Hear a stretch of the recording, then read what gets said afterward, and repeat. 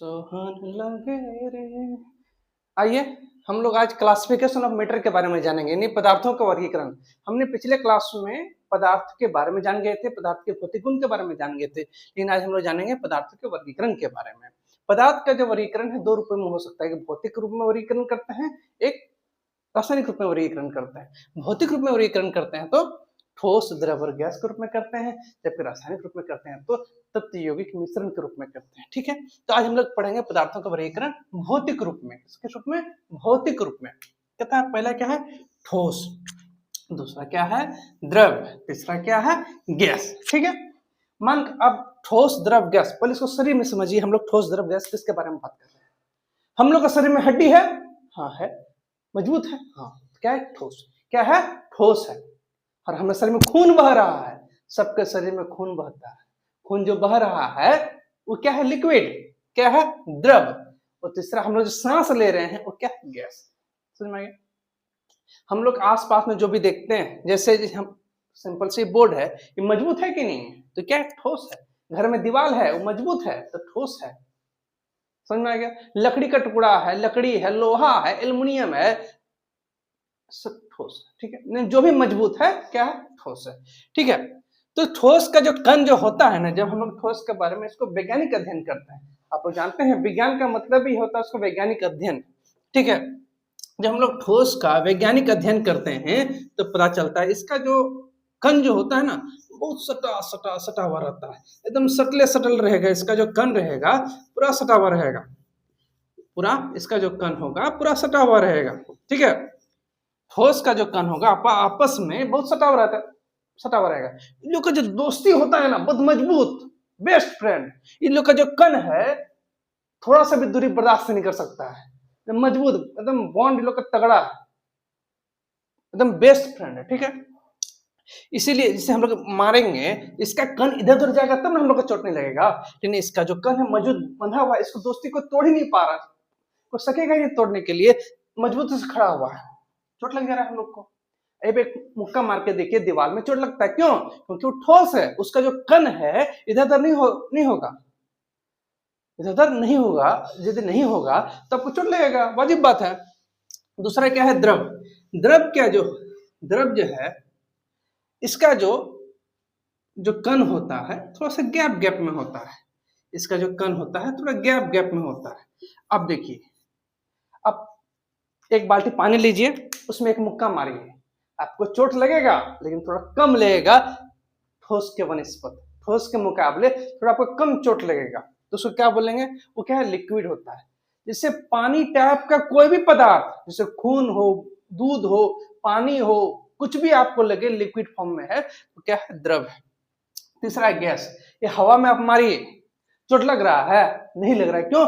इसका जो अणु जो होता है, इसका जो कण होता है हवा का, इतना फैला होता है, इसको साइड होने के लिए पर्याप्त जगह मिलता है। ठीक है ना, इसका जो कण जो है इसको साइड होने के लिए पर्याप्त जगह मिलता है, इसलिए अब हवा में कितना चलेंगे आपको थोड़ा सा चोट नहीं लगेगा।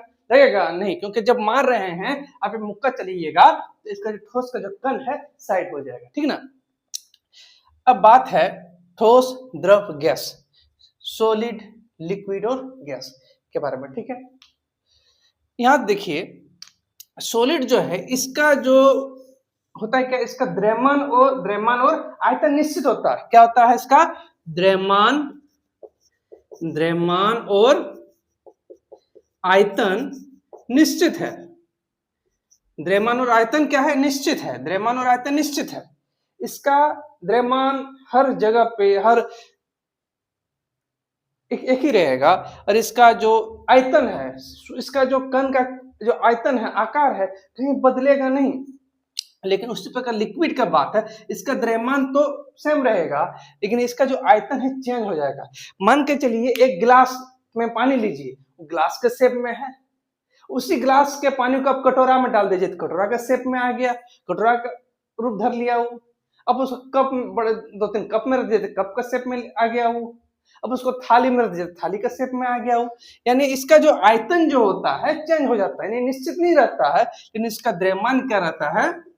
द्रव्यमान निश्चित रहता है, द्रव्यमान निश्चित। लेकिन इसका आयतन जो है, आयतन जो होता है किसका? द्रव का। आयतन अनिश्चित होता है, आयतन अनिश्चित होता है, ठीक है। यानी ठोस का क्या हो गया, द्रव्यमान और आयतन दोनों निश्चित है, लेकिन द्रव का क्या हो गया, द्रव का क्या हो गया, द्रव का द्रव्यमान निश्चित, द्रव्यमान, द्रव का द्रव्यमान निश्चित और आयतन क्या हो गया, अनिश्चित, आयतन चेंज होते रहता है, ठीक है।